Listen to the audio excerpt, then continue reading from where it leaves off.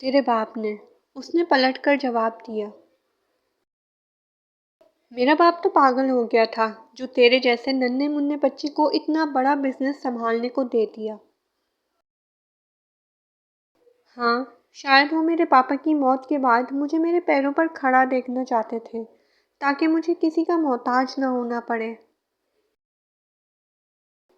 उनके बहुत एहसानात हैं मुझ पर। उन्होंने। जिमिन उसकी बात के बीच में बोल पड़ा। हाँ हाँ, पता है पता है। उन्होंने अंकल की मौत के बाद तेरा ख्याल रखा, तुझे तेरे पैरों पर खड़ा किया और फिर अंकल का बिजनेस भी देखा और तुझे इस काबिल बनाने के बाद तेरे बाप का बिजनेस तुझे वापस दे दिया। तेरा ये डायलॉग रट गया है मुझे। बस कर, अब कितना सुनाएगा। इतना भी कोई एहसान नहीं किया तुझ पर। तू नहीं समझेगा। उन्होंने जो मेरे लिए किया है। वो हल्का सा मुस्कुराया। तो बात यह है कि तिहंग तकरीबन 20 साल का था जब उसके वालिद का कार एक्सीडेंट हुआ। माँ तो पहले ही छोड़कर जा चुकी थी, दिल की मरीज़ा जो थी। जिमिन और तिहंग के वालिद आपस में बहुत अच्छे दोस्त थे, स्कूल के पुराने यार थे। तिहंग के वालिद के इंतकाल के बाद जिमिन के वालिद ने तिहंग का ख्याल रखा। जिमिन भी हमेशा से उसे अपना भाई मानता था और जब जिमिन के वालिद ने तिहंग को बिजनेस के बारे में सब समझा दिया, जब तिहंग बिजनेस के मामलात समझ गया तो उन्होंने उसके वालिद का बिजनेस उसके हवाले कर दिया। खैर तू बता, आज इस माफिया बॉस को इस सीधे साधे भोले भाले बिजनेसमैन की याद कैसे आ गई? भोले भाले, सीधे साधे। इसकी बात ही ऐसी थी कि आज मुझे कहानी के बीच में ही आना पड़ा। तेरे बेस्ट फ्रेंड की ना होने वाली गर्लफ्रेंड को यहाँ लेकर आया हूँ। वो स्mirk करता है। कौन बेस्ट फ्रेंड? वो कंफ्यूज होकर पूछता है। जून जंगकुक। क्या? उस उसकी गर्लफ्रेंड यहाँ? वो बहुत हैरान हुआ। हाँ, अभी वो उसकी गर्लफ्रेंड है नहीं, लेकिन जहाँ तक मुझे अंदाज़ा हुआ है, मुझे तो लगता है कि वो उस लड़की से बहुत मोहब्बत करता है। कौन सी लड़की? वायन, तेरी एम्प्लॉय। उसके पीछे दीवाना है वो जून जंगकुक। तेरे भाई ने सारी इन्फॉर्मेशन निकाल ली है। वो बहुत पागल है उसके पीछे। मैं तो खुद हैरान हूँ कि उस जैसा बंदा इश्क में कैसे पड़ गया। वायन? जून वायन? वो उसकी।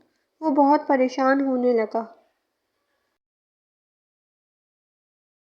मैं अभी उसको ऑफिस से निकाल देता हूँ, वरना अगर जंकुक को पता। वो अपनी सेक्रेटरी को कॉल करने लगा, लेकिन जिमिन फ़ोन उससे लेकर वापस रख देता है। तू पागल है? रहने दे उसे यहीं। मैं उस जंकुक को तड़पते हुए देखना चाहता हूँ। वो गुस्से से दांत पीसते हुए बोला। जिमिन छोड़ दे। बस कर यार। उस बात को कितने साल गुजर गए। मैं भूल गया सब। वो दिल पर पत्थर रखते हुए बोला। नहीं तेहं, जितना उसने तुझे रुलाया था, जितनी तकलीफ उसने तुझे दी थी, उससे दुगनी तकलीफ मैं उसे दूंगा। उसकी दुनिया उजाड़ दूंगा।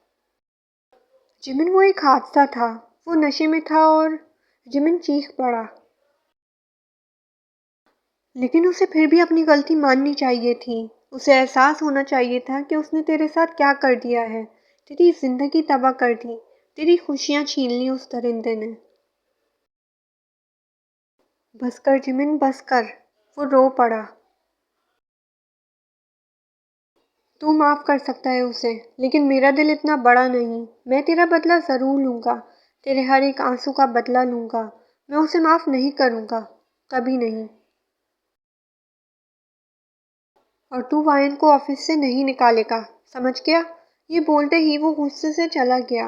वो टिहंग को रोते हुए नहीं देख सकता था और ना ही अपने आंसू छुपा पाता। रात के वक्त वाइन को आज ऑफिस में देर हो जाती है। वो एंजेलिना से बोलकर उसे यून को अपने पास रखने का बोल देती है। वाइन घर के लिए निकलती है। वो बहुत थक चुकी थी और दोपहर से कुछ खाया भी नहीं था। काम जो बहुत ज़्यादा था, भूख के मारे उसका जिस्म कांप रहा था।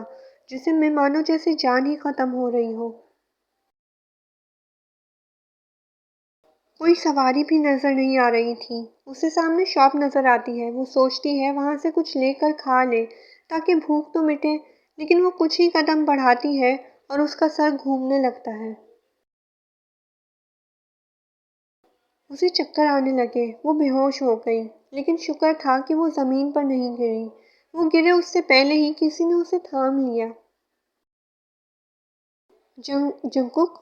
उसने बेहोशी के आलम में एक यही नाम लिया, क्योंकि उसे लगा कि जिसकी बाहों में वो सिमटी हुई है, वो उसका जंकुक है। तुम तुम ठीक तो हो? वो उसका सर अपनी गोद में रखते हुए बोला। जंकुक। उसने वही नाम दोहराया। शायद आज किस्मत भी मेरा साथ देना चाहती है, वो अपनी शैतानी मुस्कुराहट के साथ बोला।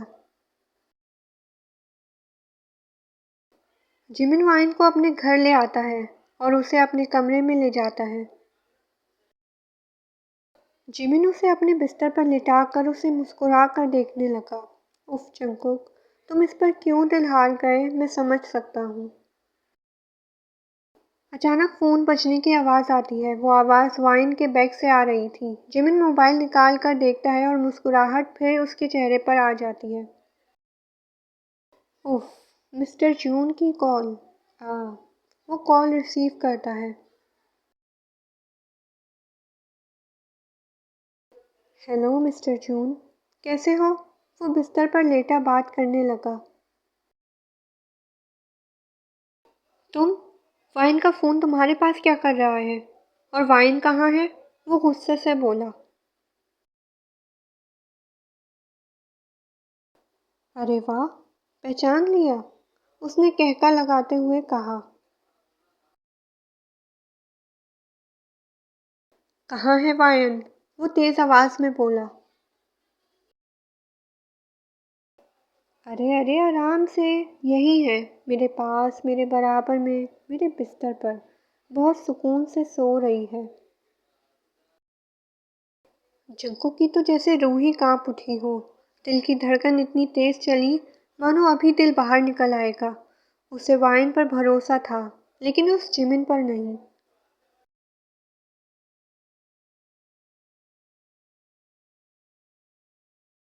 आ, ये बीच में ही सस्पेंस छोड़ जाती है।